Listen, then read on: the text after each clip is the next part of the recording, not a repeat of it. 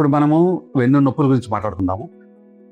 So వెన్ను అంటే మొత్తం పైనుంచి కింద దాకా వెన్నే. సో మెడలో ఉండేది సర్వైకల్ స్పైన్ అంటాము. ఛాతీలో ఉన్నదాన్ని బ్లూ కలర్లో ఉన్నది థొరాసిక్ స్పైన్ అంటాము. ఈ గ్రీన్ కలర్లో ఉన్న వర్టెబ్రేస్ అన్ని కలిపితే లంబార్ స్పైన్ అంటాము. దాని కింద ఆరెంజ్ కలర్లో ఉన్నదంతా సాక్రమ్.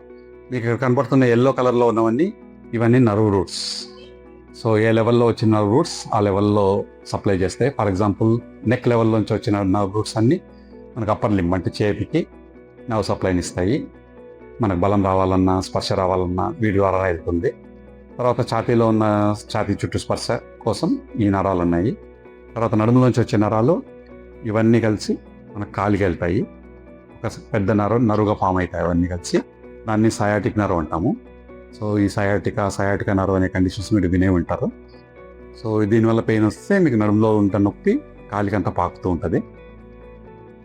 సో ఇప్పుడు మనము ఇన్ డీటెయిల్గా లంబార్ స్పైన్ గురించి మాట్లాడుకుందాము. సో ఇది లంబార్ స్పైన్. ఇందులో ఉన్న గ్రీన్ పార్ట్నే పెద్దగా చేసి ఈ మోడల్ తయారు చేశారు. సో ఇందులో 5 వర్టెబ్రాస్ ఉన్నాయి. ఇక్కడ ఉన్న 5 పెద్దగా చేసి చూపించారు ఇక్కడ. సో ఇది వర్టెబ్రా అంటాము. సో మధ్యలో మనకు ఈ వైటిష్ది స్పాంజ్ లాంటి ఒకటి స్ట్రక్చర్ ఉంటుంది. దీన్ని డిస్క్ అంటాము.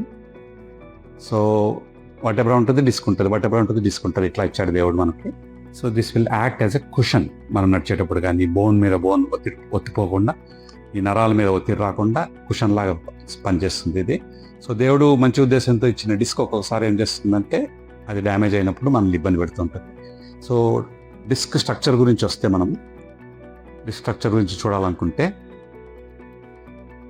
ఇది నార్మల్ డిస్క్ అండి.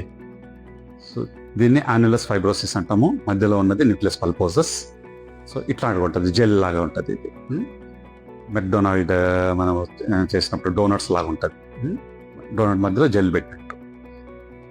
సో ఇది యాన్యులస్ ఫైబ్రోసిస్, ఇది న్యూక్లియస్ పల్పోసస్. జెల్లీ లాగా ఉంటుంది ఇది. సో మామూలుగా ఇట్లా ఉన్న స్ట్రక్చర్ ఏమవుతుందంటే డ్యామేజ్ అయినప్పుడు లోపల ఉన్న జెల్ లాంటి పదార్థం బయటికి రావడం మొదలవుతుంది. సో ఇక్కడ పార్షియల్గానే ఇంజరీ ఉంది యాన్యులస్ ఫైబ్రోసిస్కు. డిస్క్ కొంత దాకా బయటకు వచ్చింది. ఇటువంటి పేషెంట్కు నడుము నొప్పి మాత్రమే ఉంటుంది, ఎందుకంటే అది నరం గురించి ఇంకా టచ్ చేయట్లేదు కాబట్టి. సో బ్యాక్ డామినెంట్ పెయిన్ అంటాము.